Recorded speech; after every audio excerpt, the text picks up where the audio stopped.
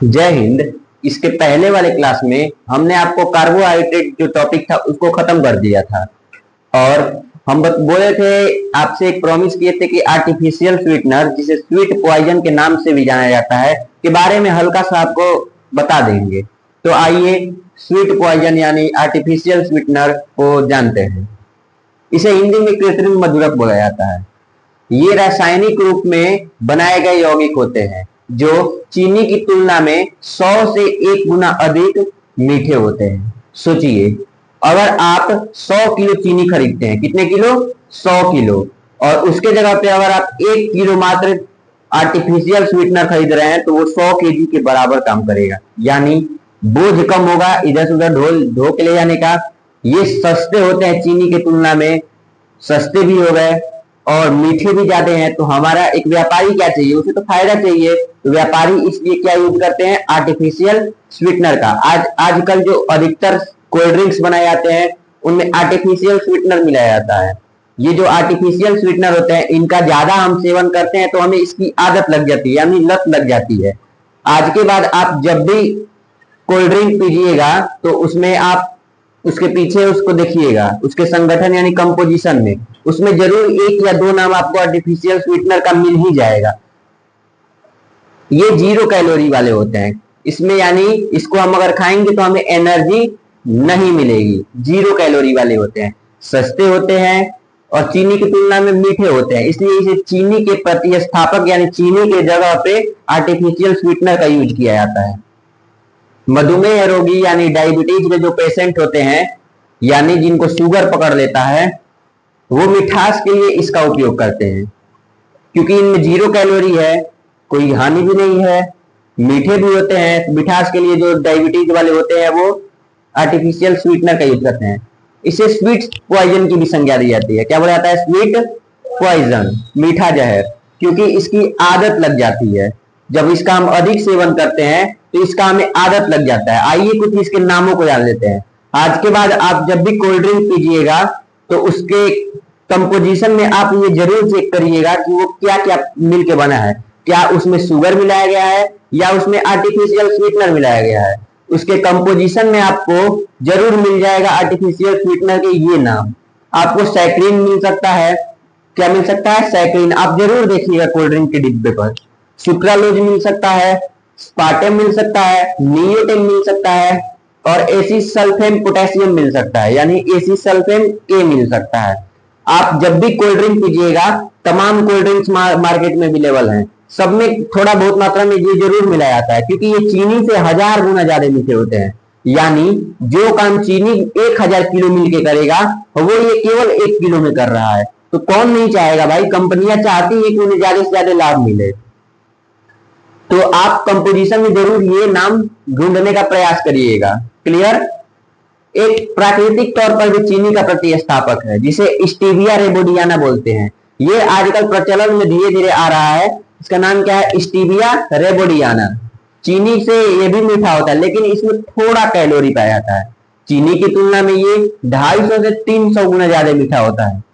इसमें थोड़ा सा कैलोरी जरूर पाया जाता है और ये प्राकृतिक है। यानी जो आर्टिफिशियल स्वीटनर था इसे मानव ने बनाया था, आर्टिफिशियल था, और ये प्राकृतिक है।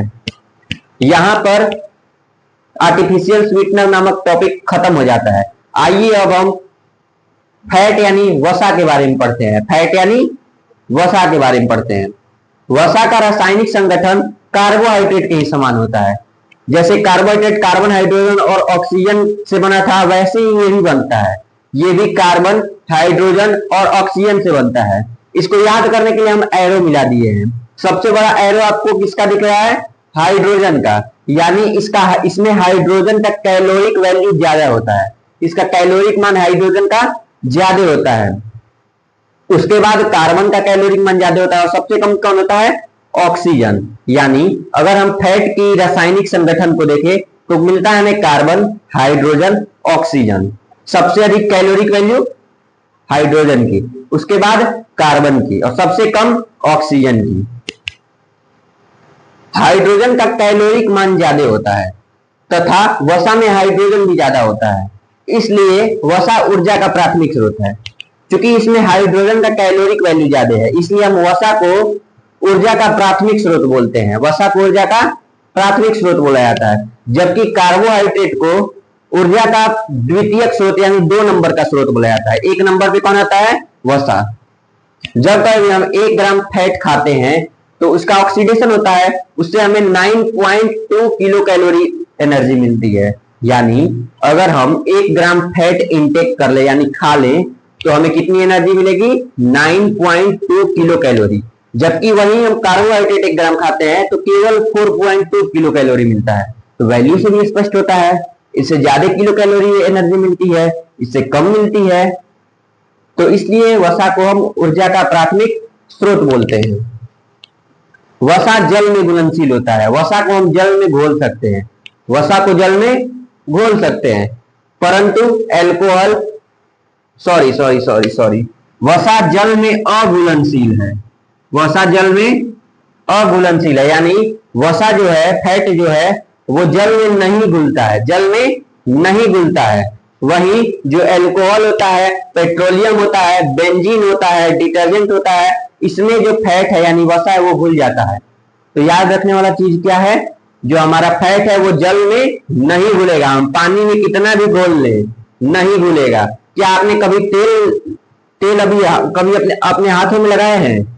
जब आप अपने हाथों में तेल लगा लेते हैं और उसे पानी से धोते हैं तो वो नहीं साफ होता है, क्योंकि वो वसा होता है, फैट होता है, और फैट जल में नहीं घुलता है। वहीं जब आप डिटर्जेंट लगा देते हैं तो वो आराम से घुल जाता है और हमारा हाथ साफ हो जाता है। हम एल्कोहल भी लगा दे तो वो साफ हो जाएगा, पेट्रोलियम भी लगा दे तो वो साफ हो जाएगा, बेंजीन भी लगा दे तो वसा घुल जाता है। क्या आपने अभी 2 या 3 साल पहले कोरोना की मार झेली है? आइए अब कोरोना वायरस यानी वायरसों के बारे में चर्चा कर लेते हैं। वायरस की जो आउटर लेयर होती है ये वसा यानी फैट की बनी होती है। यानी जो वायरस का आउटर लेयर होता है वो किससे बना होता है? वसा यानी फैट से। तथा जब ये हमारे हाथों पर चिपक जाते हैं, यानी जब ये वायरस हमारे हाथों पर चिपक जाते हैं तब हमें सैनिटाइजर या डिटर्जेंट से धोना पड़ता है। क्यों ऐसा भाई? अभी हमने बताया कि जो वसा होती है, फैट होती है, वो जल से नहीं घुलती है, यानी जल उसका कुछ नहीं बिगाड़ पाएगा, इसलिए हम सैनिटाइजर लगा देते हैं। और सैनिटाइजर 90% किससे बना होता है? एल्कोहल से। अभी कोरोना वाले में 20 से 30% एल्कोहल मिला रहे थे और सैनिटाइजर ट्रेन में बेच रहे थे, जबकि WHO की जो मानक है उसके अनुसार कम से कम सैनिटाइजर में 60% एल्कोहल होना चाहिए, लेकिन लोकल जगहों पे 20 से 30% एल्कोहल मिला के बेच दिया जाता था। तो सैनिटाइजर में एल्कोहल है और डिटर्जेंट से भी हम वायरस अगर हमारे हाथों पे लग गया तो धो देंगे तो साफ हो जाएगा। कुल मिला के खेल वसा पे है, फैट पे है। वायरस का जो आउटर लेयर होता है वो किससे बना होता है? फैट से। और हम फैट जब हमारे हाथ में चिपक गया, हम कितना भी धोते रह जाएं वो खत्म होगा जी? बिल्कुल नहीं होगा। ये है हमारा वायरस का एक लेयर। ये जो वायरस का आउटर परत ये है, जो आउटर लेयर है ये है। ये जो आपको नुकीला नुकीला दिखाई दे रहा है, आप जब वायरस देखते हैं तो ऐसे दिखाई देता है, ये एक प्रोटीन है। क्या है ये? प्रोटीन है। इस प्रोटीन को हम बोलते हैं स्पाइक प्रोटीन। क्या बोला जाता है? Spike protein. ये डीएनए है वायरस का, ये वायरस का आरएनए है, जिन्हें हम आनुवांशिक पदार्थ की भी संज्ञा दे देते हैं, जेनेटिक मैटर की भी संज्ञा दिया जाता है। तो वसा की परत ये बाहर वाला दिखाई दे रहा है। इसी को जब हम सैनिटाइजर लगा देते हैं यानी इनडायरेक्टली एल्कोहल लगा देते हैं या डिटर्जेंट लगा देते हैं तो ये धुल जाता है। अब हम वसा के प्रकार के बारे में जान लेते हैं। आइए अब वसा के प्रकार के बारे में जान लेते हैं। आमतौर पर वसा जो होता है, फैट जो होता है, वो 3 प्रकार का होता है। संतृप्त वसा यानी सेचुरेटेड फैट, असंतृप्त वसा यानी अनसेचुरेटेड फैट, और परसंतृप्त वसा यानी ट्रांस फैट। जो संतृप्त वसा और असंतृप्त वसा होता है, संतृप्त वसा और असंतृप्त वसा, ये प्राकृतिक तौर पे बनाया जाता है, मतलब इसे हम नहीं बनाते हैं, प्राकृतिक रूप में मौजूद होता है। क्लियर? और जो परसंतृप्त वसा होता है इसे हम बनाते हैं, ये कृत्रिम है। संतृप्त और असंतृप्त प्राकृतिक है और परसंतृप्त कृत्रिम है। आइए वसा के प्रकार में पहला प्रकार संतृप्त वसा यानी सेचुरेटेड फैट को देखते हैं। इसमें कार्बन, हाइड्रोजन और ऑक्सीजन पूरी तरह और पर्याप्त मात्रा में होते हैं। जो संतृप्त वसा होता है इसमें कार्बन, हाइड्रोजन और ऑक्सीजन भरपूर संख्या में होते हैं और पर्याप्त होते हैं। इनके मॉलिक्यूल्स यानी अणुओं के बीच दूरी कम होती है, यानी इनके मॉलिक्यूल्स के बीच दूरी कम होती है। अब जैसे ही दूरी कम है तो इनका डेंसिटी यानी घनत्व ज्यादा है। सामान्य ताप यानी 20 से 21 डिग्री सेल्सियस पर, याद रखिए तापमान के दो अवस्था होते हैं, एक सामान्य ताप 20 से 21 डिग्री सेल्सियस, एक कमरे का ताप वो होता है 25 से 26 डिग्री सेल्सियस। यानी सामान्य ताप पर ये 20 से 21 डिग्री सेल्सियस पर ये ठोस अवस्था में होते हैं यानी सॉलिड होते हैं। इनका जो इनमें कार्बन और कार्बन के बीच सिंगल बॉन्ड पाया जाता है। इनमें कार्बन और कार्बन के बीच सिंगल बॉन्ड पाया जाता है क्योंकि इनमें हाइड्रोजन की अधिकता होती है, हाइड्रोजन पर्याप्त मात्रा में है तो कार्बन और कार्बन के बीच सिंगल बॉन्ड पाया जाता है। इनका जो प्राकृतिक स्रोत, प्राप्ति का स्रोत है यानी ये हमें कहां से मिलते हैं, जानवरों के घी से मिल जाते हैं, यानी गाय के घी से, भैंस के घी से, चर्बी से मिल जाता है, मक्खन से मिल जाता है, यानी बटर हम खा ले, चर्बी खा लें या घी खा लें तो हमें क्या मिल जाएगा, सेचुरेटेड फैट। हमारा जो मस्तिष्क होता है इसमें भी सेचुरेटेड फैट ही होता है। अगर हम अपने मस्तिष्क को बाहर निकाल ले और ऐसे निचोड़ दें तो उसमें से घी टाइप का निकलेगा, वो क्या है, संतृप्त वसा यानी सेचुरेटेड फैट।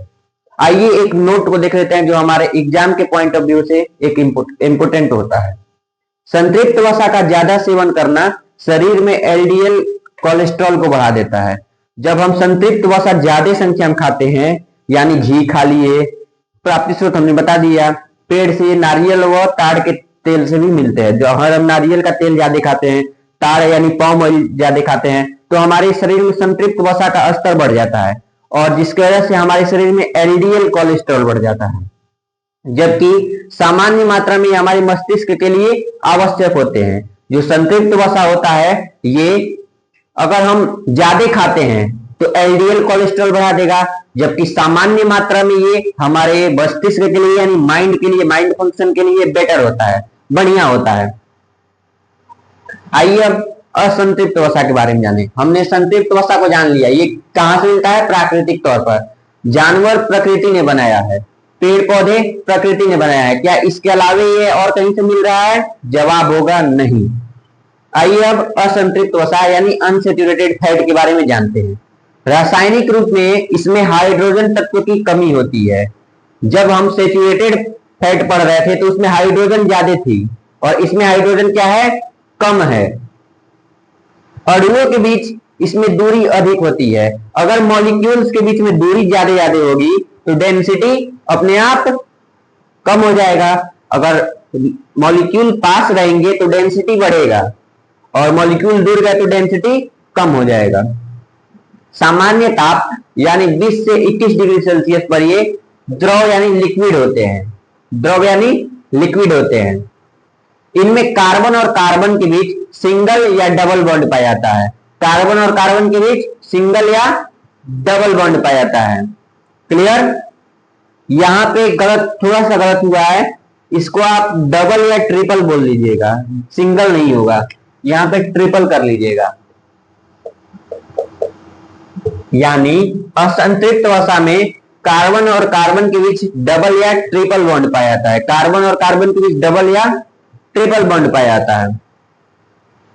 इनका जो प्राप्ति का स्रोत है वो सभी प्रकार के तेल, जैसे हम सोयाबीन का तेल ले लें, सरसों का तेल ले लें, सूर्यमुखी का तेल ले लें, तिल का तेल ले लें, जैतून का तेल ले लें, मूंगफली का तेल ले लें, इन सब से क्या मिलता है हमें, असंतृप्त वसा। मछली का तेल ले लें या कॉड लिवर ऑयल ले लें, इनसे हमें क्या मिलता है, अनसेचुरेटेड यानी असंतृप्त वसा। एक नोट है हमारे सामने, असंतृप्त वसा का सेवन स्वास्थ्य के लिए ज्यादा हानिकारक नहीं होता। यानी अगर हम एक साइड में संतृप्त वसा खाएं, एक साइड में असंतृप्त वसा खाएं, ज्यादा बेटर असंतृप्त वाला होगा। क्यों? क्योंकि हमारे ये तुलनात्मक रूप में कम हानिकारक होता है और ये संतृप्त वसा ज्यादा हानिकारक होता है। इसलिए असंतृप्त वसा का सेवन ज्यादा से ज्यादा करिए। जब आप ठंडियों में जाते हैं, जो लोकल क्वालिटी के ऑयल्स होते हैं जब वो ठंडी में सुबह में आप देखिएगा तो वो सॉलिड हो चुका होता है, यानी उसमें संतृप्त वसा ज्यादा है। हमें किस पे ध्यान देना है? असंतृप्त वसा पे, यानी अनसेचुरेटेड फैट पर। क्लियर? असंतृप्त वसा का सेवन स्वास्थ्य के लिए ज्यादा हानिकारक नहीं होता, खासकर सूर्यमुखी का तेल इस मामले में बेहतर है। खास करके जो सूर्यमुखी का तेल होता है ये इस मामले में बहुत बेहतर होता है। सरसों का तेल 150 रुपए किलो मिलता है, उससे भी कम में। वहीं सूर्यमुखी का तेल 600 से 700 रुपए पर लीटर मिलता है। सोच लीजिए, लगभग पांच गुना के आसपास ये महंगा पड़ रहा है। क्योंकि इसमें अनसेचुरेटेड फैटी एसिड ज्यादा है, तो हमारे स्वास्थ्य के लिए बेहतर है। आप भी जब नौकरी करिएगा और पैसे कमाइएगा तो सूर्यमुखी का तेल भले खाइए ना खाइए, जैसे ही सुनिएगा कोई मेहमान आ रहा है, गांव से कोई 2-4 लोग आ रहे हैं, तो अपने किचन में से, रसोई घर में से सरसों का तेल अलग कर दीजिएगा। 600 रुपए लीटर वाला सूर्यमुखी का तेल ले आइएगा और किचन में रख दीजिएगा, और रिश्तेदार को दिखाइएगा कि देखो मैं कितना अमीर हूं। तुम लोग उस पे ताने मारे थे, देख मैं कितना अमीर हूं, 600 रुपए किलो का तेल खाता हूं मैं। सूर्यमुखी का तेल रखिएगा, स्वास्थ्य के लिए बेहतर होता है। क्लियर?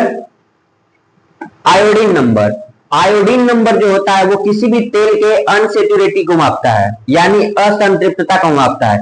जो तेल ज्यादा असंतृप्त होगा यानी अनसेचुरेटेड होगा वो उतना ही बेहतर होगा। आप जब भी तेल खरीदने जाइए तेल की दुकान पे, तो आपको यही ध्यान देना होता है। हम अभी बता रहे हैं कि आप जब तेल खरीदने जाइए तो आपको क्या क्या ध्यान मानक को रखना है, और तभी आप बेहतर तेल खरीद पाएंगे। आयोडीन नंबर किसी भी खाद्य तेल की असंतृप्तता की स्तर को बताता है। हमने बताया ये अनसेचुरेटी के लेवल को बताता है। अर्थात आयोडीन नंबर ज्यादा होगा, यानी अगर आयोडीन नंबर ज्यादा है तो उतना ही वो ज्यादा तेल असंतृप्त यानी अनसेचुरेटेड है। क्लियर? आयोडीन नंबर ज्यादा है तो असंतृप्तता ज्यादा है। आप अगर कोई भी तेल लेने जा रहे हैं, चाहे वो रिफाइंड लीजिए, चाहे वो मस्टर्ड ऑयल लीजिए, या कोई भी तेल लीजिए खाने वाला खाद्य तेल, उसमें आप उसके जो कंपोजिशन होता है उसमें जाइए पीछे और देखिएगा तो आपके सामने दो ऑप्शन आएंगे। एक आएगा सेचुरेटेड फैटी एसिड, एक आएगा अनसेचुरेटेड फैटी एसिड। क्या आएगा? दो ऑप्शन पीछे बॉक्स में लिखा होता है, saturated fatty acid, unsaturated fatty acid. ये सब जानना चाहिए, ये हमारे स्वास्थ्य के लिए बेहतर है। हम कोई भी सामान लेते हैं तो उसको उतना देखते हैं, ये तो हमारे स्वास्थ्य की बात है, तो हम तेल क्यों ना बेहतर खरीदे।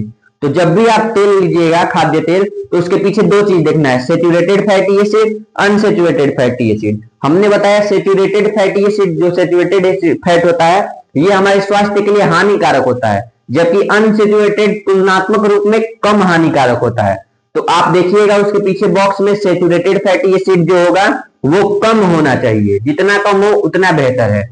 थोड़ा मात्रा में होना चाहिए, थोड़ा बहुत मात्रा में होना चाहिए। जबकि अनसेचुरेटेड फैटी एसिड आप कोशिश करिएगा 120 से अधिक नंबर वाले का ही लीजिएगा, क्योंकि वो बेहतर होता है स्वास्थ्य के लिए। अनसेचुरेटेड एसिड फैट हमारे स्वास्थ्य के लिए बेहतर होता है। तो आप कंपोजिशन में पहले देख लीजिएगा, अगर अनसेचुरेटेड फैट ज्यादा हो तो आप उसी को परचेज कीजिएगा, ना कि सेचुरेटेड वाले को परचेज कीजिएगा। तो अब खरीदने से पहले तेल अपने स्वास्थ्य का पूरा ध्यान रखना है। आज के क्लास में इतना ही रखते हैं, इसके आगे वाले क्लास में हम कोलेस्ट्रॉल के बारे में पढ़ाएंगे। धन्यवाद।